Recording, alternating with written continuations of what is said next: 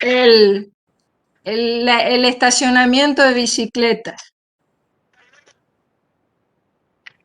Ah, si ya hablamos del ferrocarril, ahora quisiera hablar brevemente de la universidad, porque a lo largo de su historia, la universidad también tuvo distintas connotaciones para las ciudades.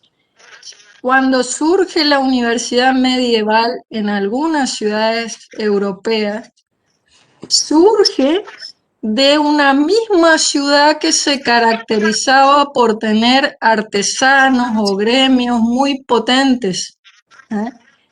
El perfeccionamiento de esos artesanos o de esos gremios fue derivando en ese mayor conocimiento que brindaban los grandes maestros y algunas universidades famosas surgieron de ese modo, como la Universidad de Bolonia o la Universidad de Salamanca. ¿eh?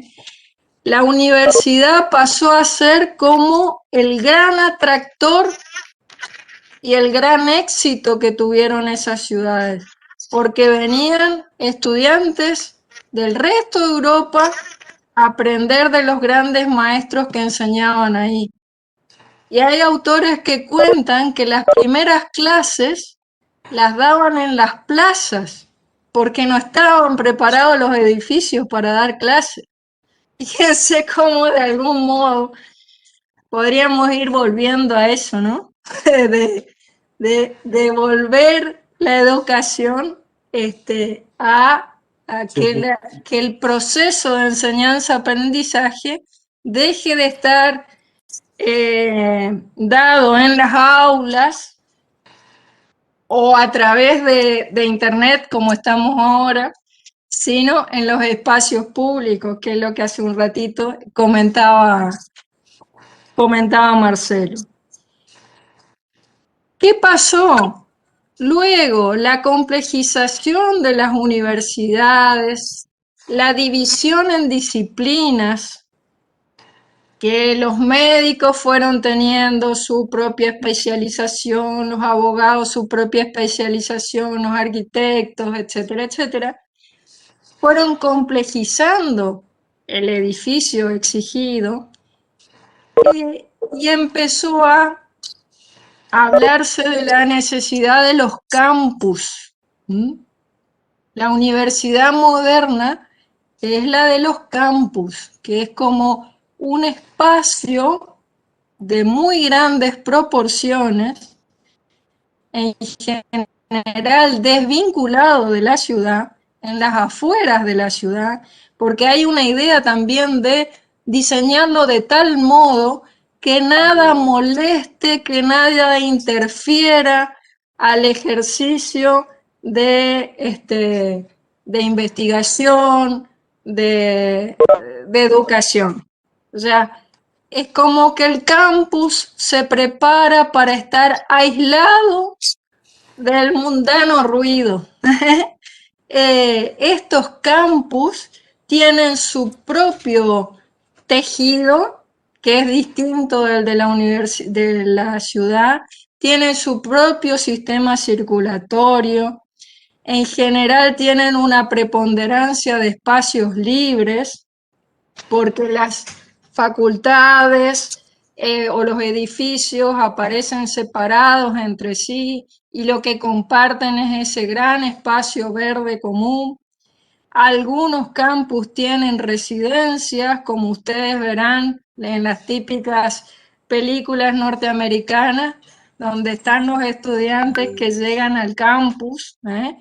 Fíjense, las películas muestran ese clima que es realmente muy, muy rico, muy agradable, pero allí no hay fusión entre esa vida universitaria y la ciudad. Es el mundo de los estudiantes y de los profesores. Es un mundo idílico, vuelvo a decir, muy, muy bonito, muy enriquecedor, pero no está del todo amalgamado a la ciudad. ¿Mm? Y hablando de simbolismo, que vi que era uno de los aspectos que ponían en el práctico sus profesores, esa universidad es la que representa como un sector social especial.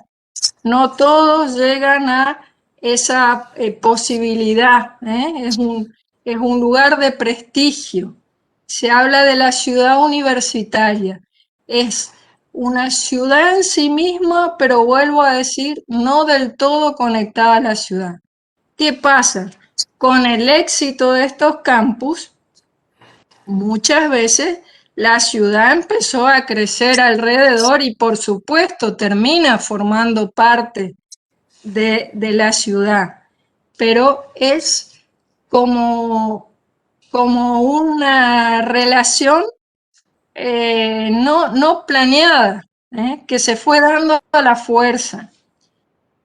En el caso de Resistencia, vuelvo a decir, no fue pensada como campus, pero el edificio se adaptó totalmente, porque realmente allí pudo funcionar la universidad y hasta el día de hoy sigue funcionando, pero creo que bajo esta idea preponderante de campus, de un sector cerrado.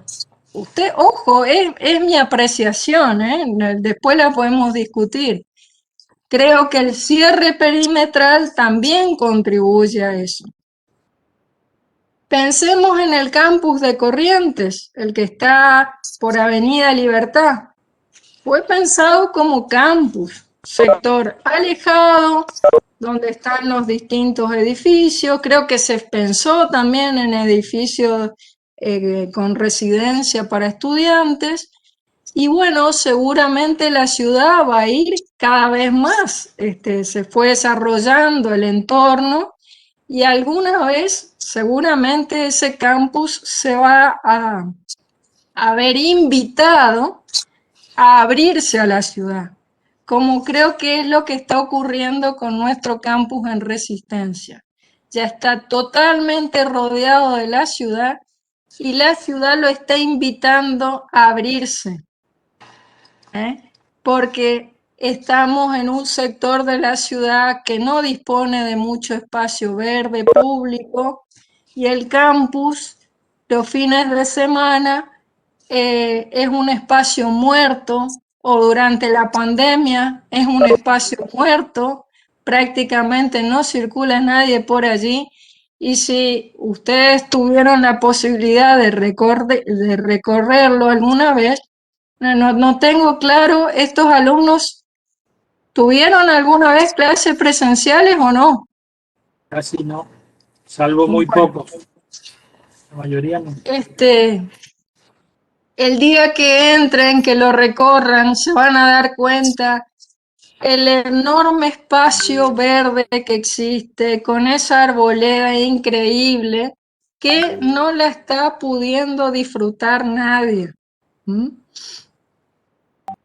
Siguiendo nuestra historia, en el presente, estoy mezclando un poco, ¿no?, la realidad que yo veo a nivel general, mundial y lo nuestro, pero solo para discutir sobre el tema.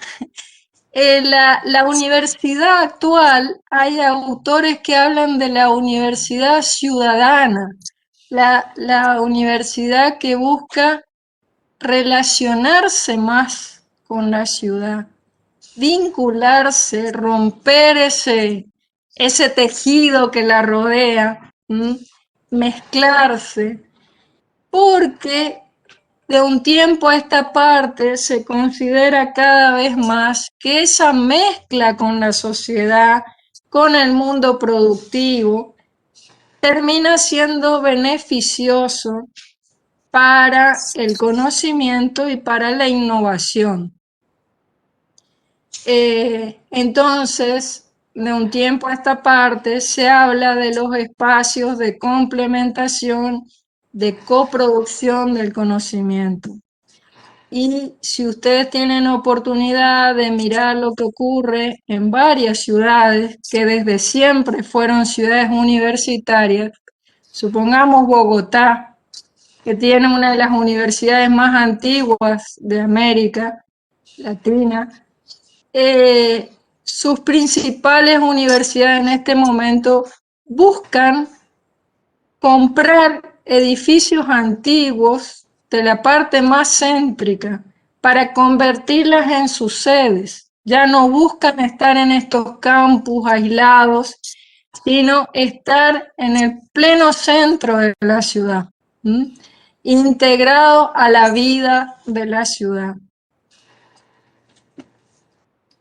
Y esta idea nueva de ciudad abierta, integrada, complementaria a la vida urbana, nos pone sobre la mesa este otro concepto que yo dije que iba a discutir de accesibilidad. Antes de discutir en particular este concepto, puse aquí un ejemplo. Miren, esto es el campus de la Universidad de Valladolid en España, y este era un master plan. Y me gustó esta imagen porque acá transmiten claramente el esfuerzo que hacen los proyectistas en tratar de abrir, conectar este campus con la ciudad que está rodeando, ¿eh? Cómo integrar distintas partes del campus entre sí.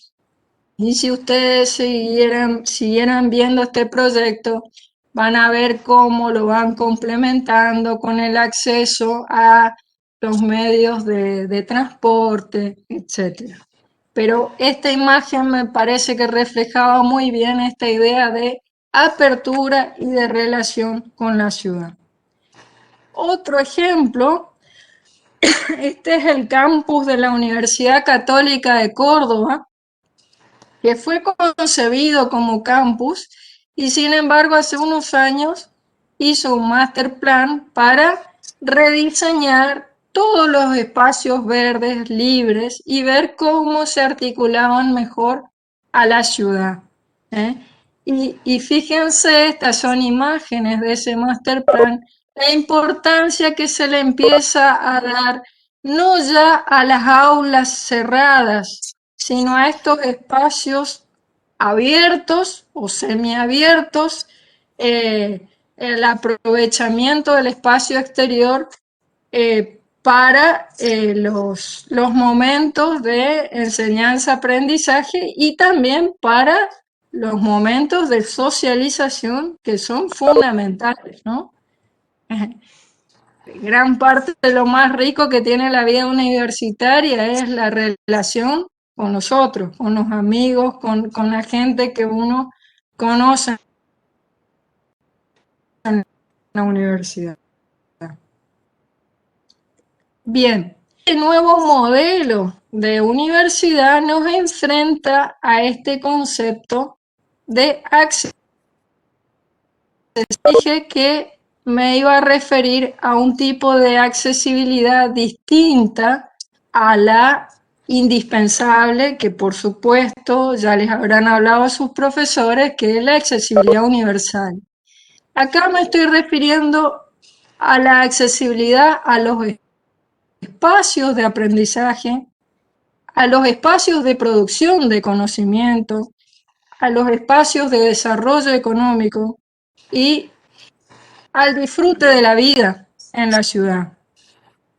Es muy interesante el ejercicio que ustedes tienen este año porque hablan de un proceso de aprendizaje que no es el universitario, es otro, es nuevamente para estudios más cortos, más técnicos, de otra salida laboral.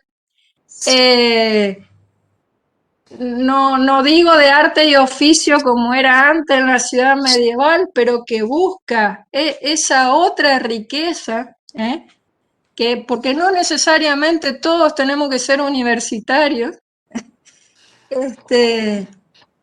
y cómo el ejercicio plantea que esos espacios de aprendizaje sean también los de producción de nuevo conocimiento. Yo pensaba, quienes estudian para ser chef, no solo estudian para aprender las recetas de sus maestros, estudian también para crear nuevos productos, ¿sí? Eh,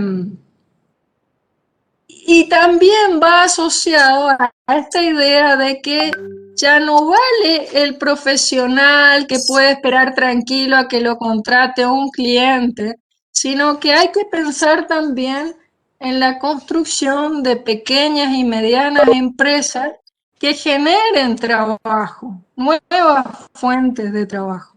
¿Eh?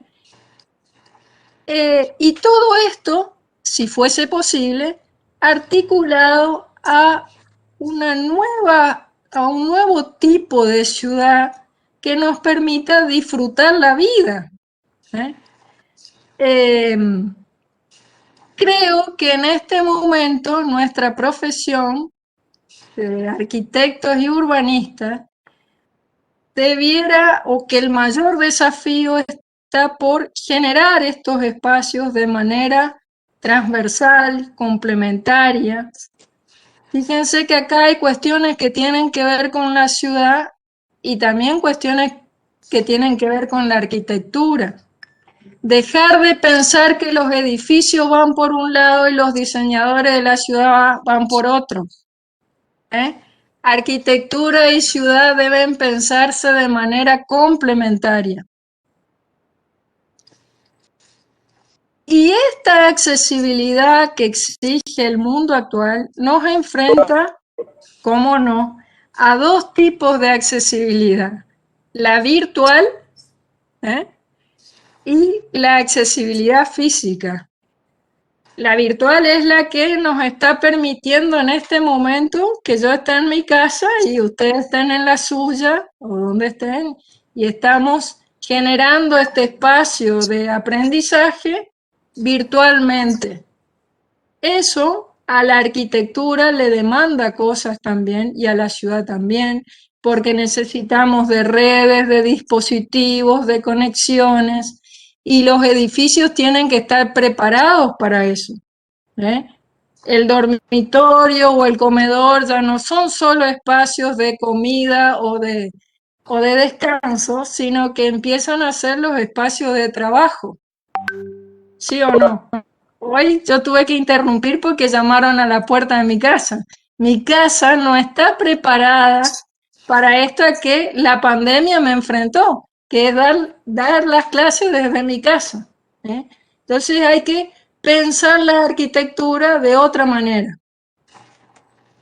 Y en cuanto a la accesibilidad física, van a escuchar, habrán escuchado estas palabras que están tan de moda, pero que tienen un significado tan importante, de ciudad próxima, de ciudad amigable, ciudad diversa, ciudad saludable.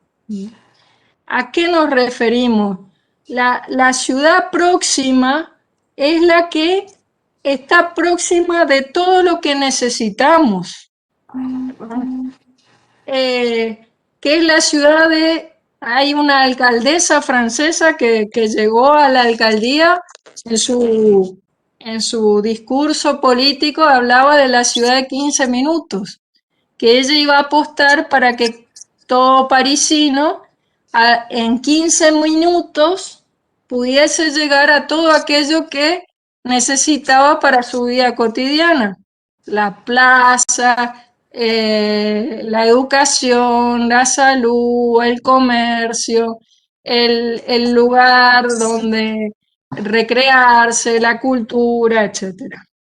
La ciudad amigable es aquella que hace que el peatón se mueva con confianza, el ciclista se mueva con confianza, que no tenga miedo que lo choquen. ¿Eh? Es la ciudad que dignifica al ciudadano, no la ciudad que prioriza a una máquina como un auto, sino la ciudad que prioriza al ciudadano. La ciudad diversa es la que complementa los usos, complementa los sectores sociales, ¿eh? Algo muy distinto a lo que está pasando en las ciudades argentinas, donde hay barrios de ricos, barrios de pobres. No, la ciudad diversa y rica es la que tiene mixtura social. ¿Mm?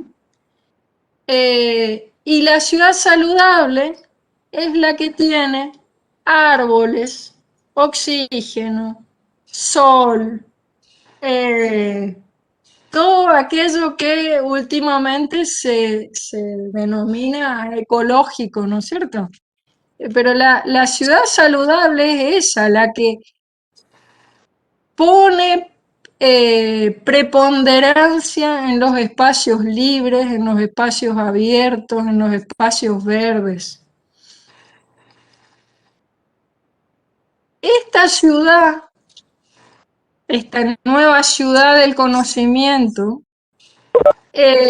exige la complementariedad, decía hoy.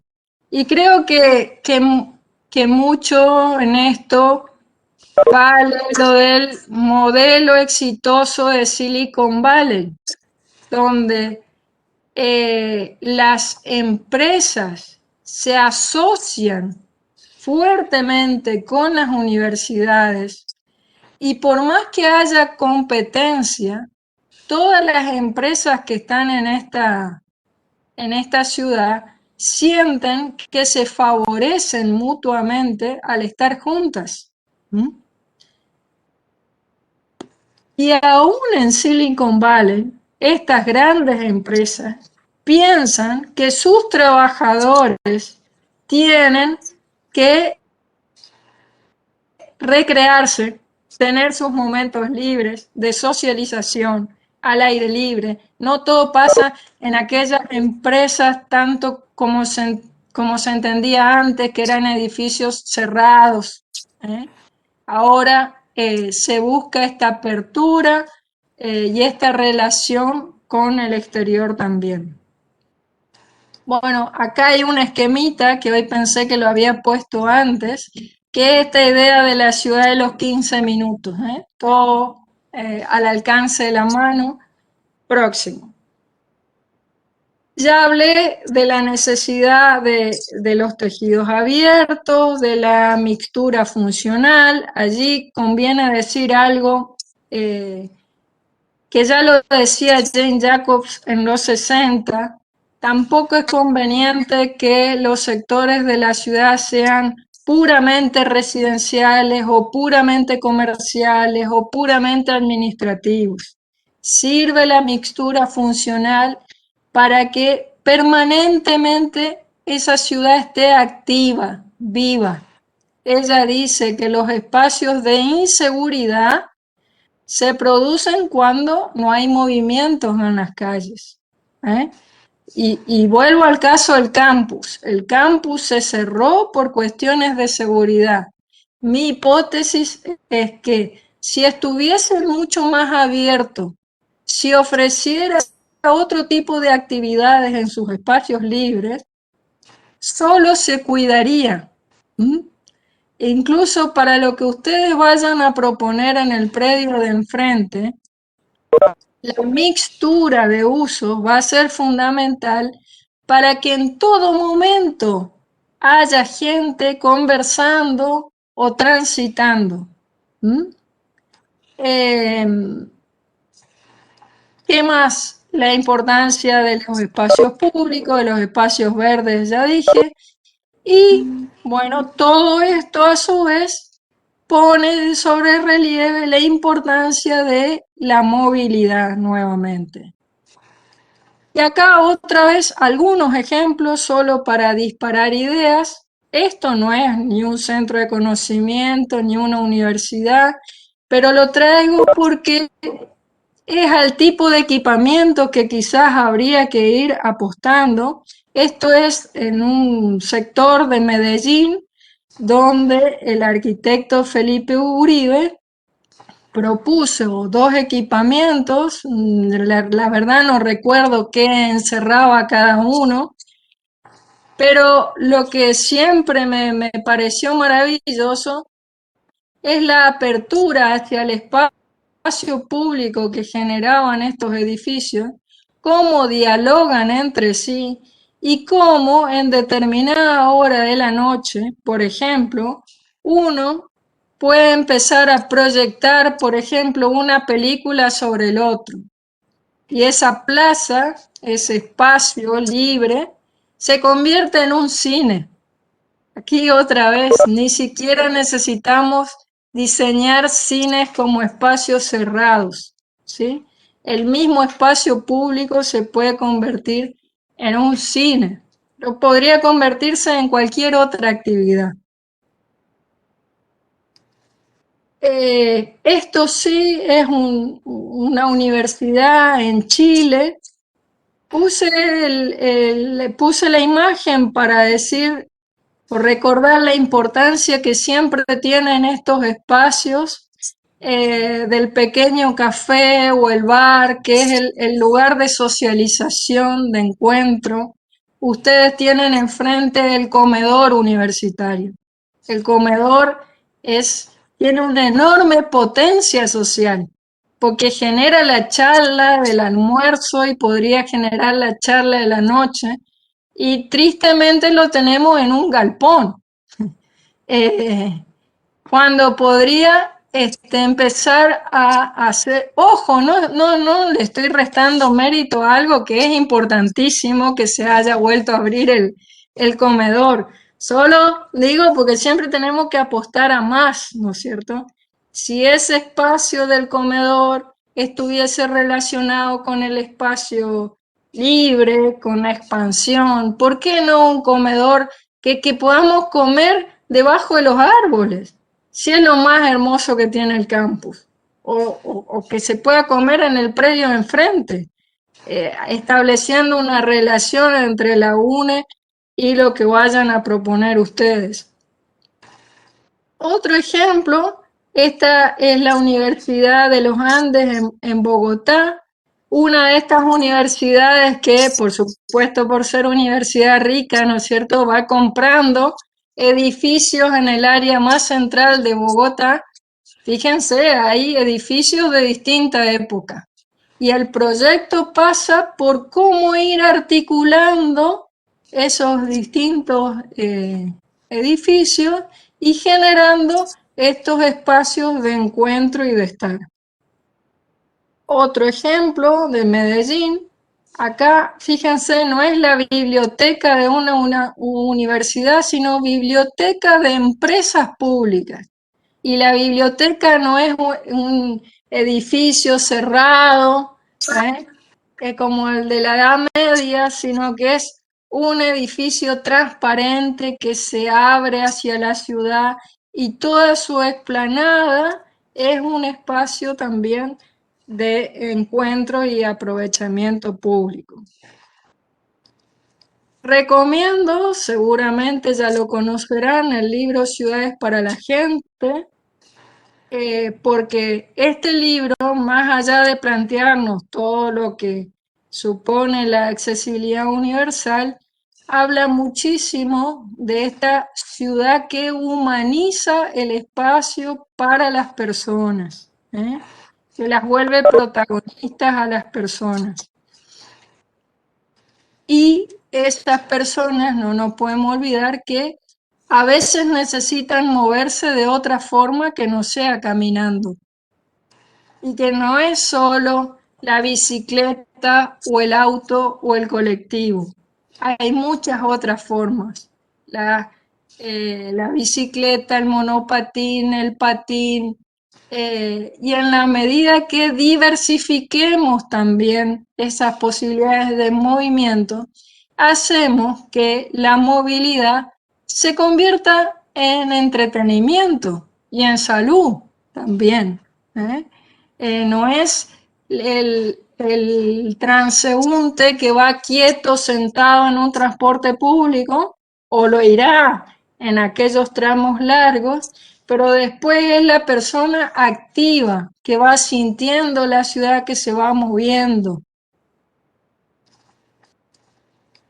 Por supuesto, esto hace que diseñemos de otro modo las calles.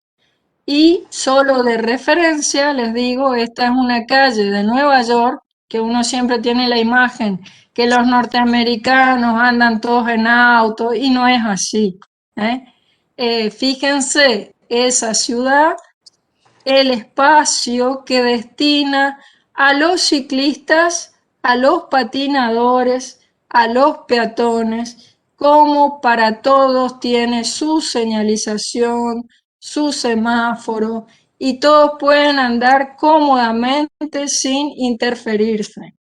Porque acá no se les está prohibiendo el paso a los vehículos, ¿no? De ningún modo.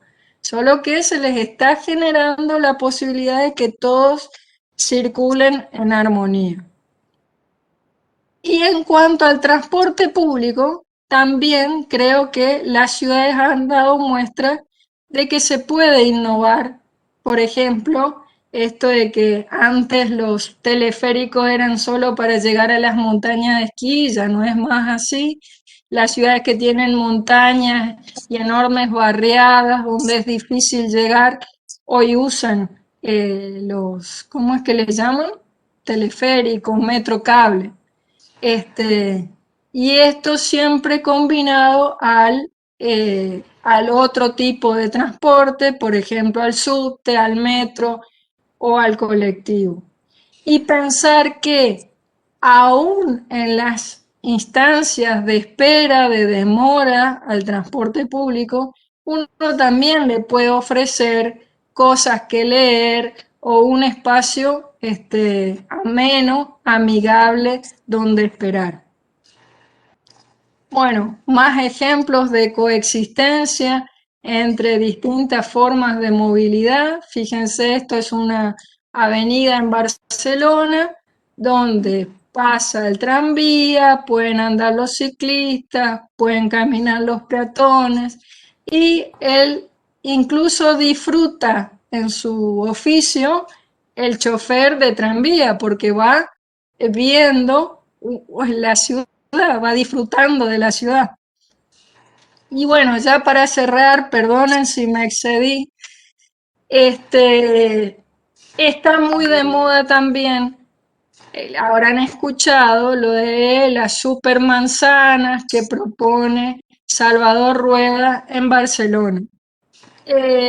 Yo creo que no son trasladables los modelos de un lugar a otro, pero sí que tomaría algunas cualidades de esta idea de ciudad, que nuevamente es la ciudad que se complementa en usos. Si acá pudiésemos leer cada uno de estos cuadraditos, representa un tipo de uso, de actividad, y empieza a estar todo próximo, en un entorno cercano, peatonalmente accesible.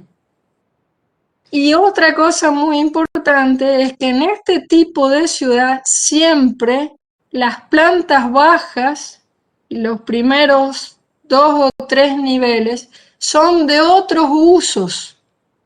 ¿Para qué? Para que la calle esté activa. Entonces la residencia va a las plantas superiores. Bueno, creo que no había introducido nada más. Perdón si me excedí, vuelvo a decir. Eran las cosas que me había disparado la propuesta de ustedes. Bueno, excelente, Laura. Gracias a vos por todo el aporte que nos hacés, y evidentemente te disparó mucho, porque la verdad que pusiste mucho concepto, muchos ejemplos y muchas cosas, la verdad que nos van a enriquecer mucho el ejercicio que vamos a hacer. Bueno, Hay mucho material, nosotros no queremos, ahora aparecen muchos aplausos ahí, así que evidentemente gustó mucho la charla. bueno. Vamos a tratar estar trabajando mucho con esto que propones, porque hay mucho para pensar aquí y mucho para relacionarlo con la lectura que podemos hacer nosotros. Así que bueno, Bueno, si muy por agradecido. ahí hay dudas o preguntas, estoy abierta, ¿no? Antes de... Bueno, yo creo que no solo disparó, sino que la verdad, Laura, le diste, lo orientaste exactamente a lo que estamos haciendo, digamos. O sea, creo que Bueno, valió la pena las charlas previas porque, aunque breves, tuviste la capacidad para orientar justamente a lo que estamos intentando, digamos, ¿no? Todo ajá, el tema de la lectura de lo urbano, que para segundo año la introducción al urbano es unas pinceladas como bueno, para ubicarse, digamos, y hacer ese diálogo de ciudad y arquitectura que vos mencionaste. Y por otro lado, toda la cuestión de los escenarios que pueden ocurrir. ujú, Este, y en ese sentido, bueno, sabes que te comentamos de que estábamos hablando nosotros de escenarios futuros, y por ahí, dentro de los comentarios, que hay un montón, aparecían, ¿no? Como, bueno, pero esto no se puede, esto acá no es factible. Pero, bueno, yo creo que uno como que inmediatamente cuando ve algo trata de, desde donde está, tratar de decir esto va o esto no va. Pero lo importante es que esto que